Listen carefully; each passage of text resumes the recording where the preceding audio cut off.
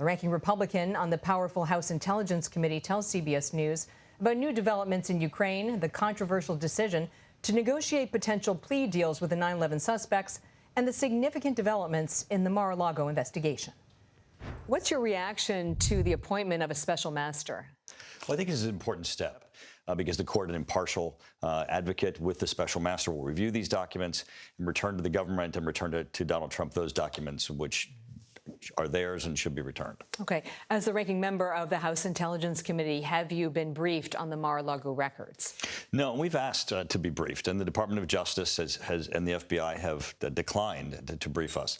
Now, the intelligence community has said that they want to brief what's known as the Gang of Eight, the top members of the House and the Senate who deal with intelligence and classified information. We're awaiting that. It was interesting that the court order about the special master indicated that those type of briefings could go forward. In Federal Judge Eileen Cannon's order, it says the government was not restricted from briefing congressional leadership who have intelligence oversight responsibilities. So what explanation were you given? Well, none. And that's what's so shocking about this is that as the documents... There was no explanation given? We have not received any information or no explanation. Mm-hmm. Is there any clarity on these reported records from Mar-a-Lago that were about a foreign government's military defenses and nuclear capabilities? You know, those are news reports. There's not been any corroboration or any information that has been provided that's not a result of an alleged leak on any of those matters. Currently, no one knows but the FBI and the Department of Justice as to what's in those documents. And so we're certainly looking forward to getting briefed and an understanding of, what were these documents and why is it that the Department of Justice chose to do the most intrusive, invasive actions by raiding Mar-a-Lago. Former President Trump said earlier this week, or suggested earlier this week, that he declassified the records at Mar-a-Lago. If that, in fact, happened, was it an abuse of executive authority? Well, the president has broad authority to do so. It's constitutional. It resides solely with the President of the United States.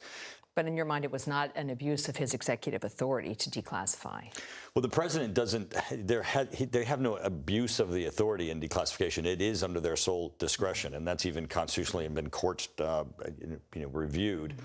Certainly, President Biden and all presidents have had. But this is on a big scale. The question is going to be not abuse of discretion. The question is going to be, did he actually do so? It's going to be fact-based. Did he actually declassify these? And it takes more than him just thinking that the documents are now declassified. This is going to be a fact-based issue, of which I'm certain there's going to be a dispute in court, and we'll have to see how this is resolved by the court itself. Mm-hmm. Let's just shift gears to Ukraine. With heavy Russian losses in Ukraine, based on your briefings, has there been a shift in that conflict?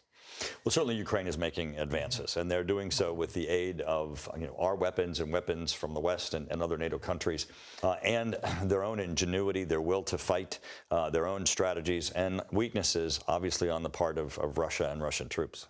So you think there has been a perceptible shift? Absolutely. The gains are real, and we certainly hope that they hold them and that this results in a turning point in Russia's invasion of Ukraine. What's also troubling is that as Ukrainians advance the atrocities that they're finding, Russia is continuing to kill innocent civilians. There are allegations of mass graves, all of which look to war crimes. All of these are going to have to be investigated.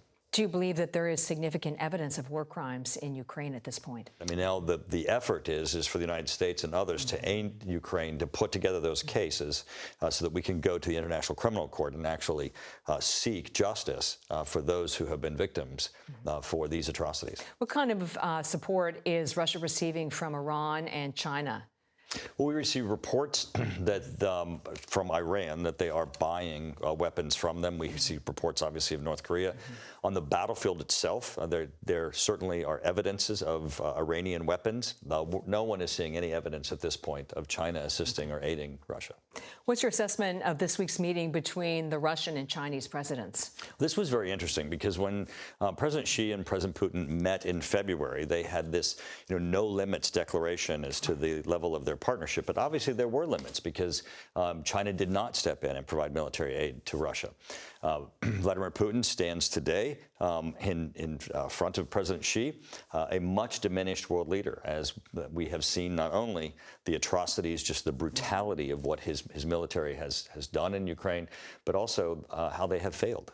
A CBS News investigation confirmed that there are preliminary plea negotiation discussions going on between military prosecutors and defense attorneys for the 9/11 suspects. As the senior Republican on the House Intelligence Committee, what actions could you take? And we already have in place laws that restricts to some extent the administration's options, but I think we're going to have to continue that debate as we see what the administration begins to propose. So your concern is that this administration or future administration could swap the 9/11 defendants. Everybody wants justice, and I think this administration has a record of releasing terrorists and known terrorists in ways that ultimately result in their freedom, and we want justice.